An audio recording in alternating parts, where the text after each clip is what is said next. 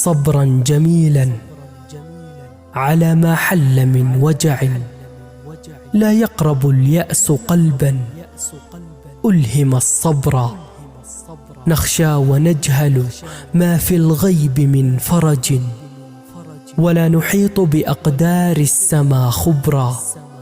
فكم قلقنا من الدنيا وشدتها، وقد قضى الله في آفاقه أمرا. هو الرضا بقضاء الله يغمرنا براحة ويقين يجبر الكسرى.